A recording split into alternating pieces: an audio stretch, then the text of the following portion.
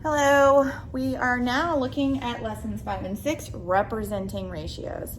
And you pretty much already know this stuff. So let's take a look at what these lessons are all about. So we're gonna look at the ratio of number of dogs to cats is 2 to 3. So we write that A is 2, that's our first number is A. Our second number, B, is 3, and we know our total is 5. So there's lots of different ways, okay? And we've been experimenting with this in our spiral review, that we can write a ratio as part to part. So dogs to cats would be 2 to 3. We know dogs is A is 2, cats is B is 3, total is 5. Or we can flip it, okay? And we could flip it and do cats to dogs. So it would be B to A. And then we just switch the numbers around, 3 to 2. Part to part again. Just part to part, dogs to cats, or part to part, cats to dogs. So I move this up because we're gonna look at every single possible way to write these ratios. Then we have our third way, our part to total. So we look at dogs to total, or our A to total, and that is 2 to 5, okay? Part to whole. I did cross that out and put whole because sometimes you'll see total as whole, all of them together. Because if we think about our fractions, like the whole is all of them together. So, or we can do cats to total or cats to whole. So cats to total is another way to write a part to whole. This would be B to total, which is 3 to 5. And guess what? There's more ways. I think part to part, part to part, part to whole, part to whole. And then we have, obviously you can flip and do whole to part or total to part. So you could have total to dogs, which is 5 to 2, or guess what?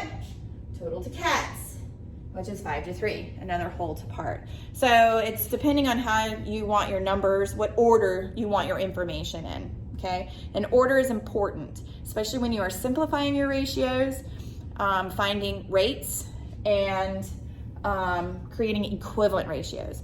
Order matters. If you're flipping your numbers around and you wanted A to B and you flipped it to B to A, your answer would be wrong. If you wanted part to whole and you flipped it to whole to part, your answer would be wrong. It's not that your math is wrong or you don't understand it, you just have to be very specific how you write it.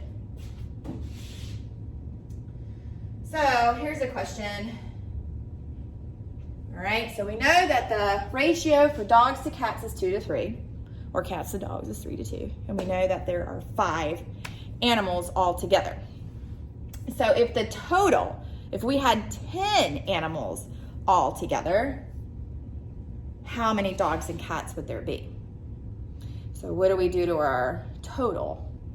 And how does that affect our parts? Okay, and how do we create an equivalent scenario? So this is what we gotta look at. If our A is 2 and our B is 3 and our total is 5, and we want our total to be 10, okay? To get 10, we multiply our total by 2. So guess what? We do the same thing to our two parts. So if we multiply our A, which is our dogs, by 2, we get 4. If we multiply our cats by 2, we get 6. And we know that 4 and 6 make the 10. So you can see, if you're doubling the total, double both your parts, and you create an equivalent scenario. And here is, see, I think I might want to move this up just a bit so that you can see it better. Make sure it's not at an angle for you guys. So here we go. Here is our ratio written as a fraction, which really, because you guys have been doing a lot of practice with equivalent fractions, and how to create equivalents. So writing those ratios as fractions kind of gets your mind thinking, oh, this makes sense because I did so much work with fractions in elementary school. So you can take your information and create a table to display your data. So you start with the simplified ratio, which is 2 to 3, which is the most simplified version of your numbers. And you know the ratio of cats to dogs is 2 to 3, 5 animals. You multiply by 2, by 2, by 2, or you can multiply by 3. 2 times 3 would get you 6. 3 times 3 gets you 9. And 5 times 3 gets you 15, okay? Obviously, you're adding 2 each time. Obviously, you're adding 3 each time.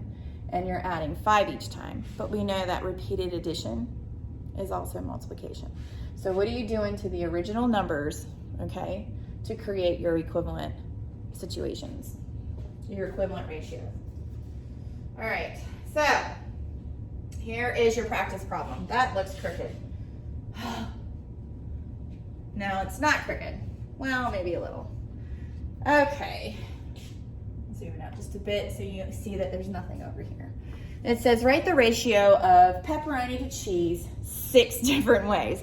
That's that part to part, flip the part to part, part to whole, flip it, hold apart, hold apart. So there's 6 different ways that I showed you in your notes that you can do that. So 4 pepperoni, 2 cheese, 6 total.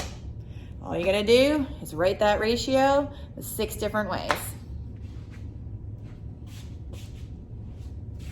See you in class.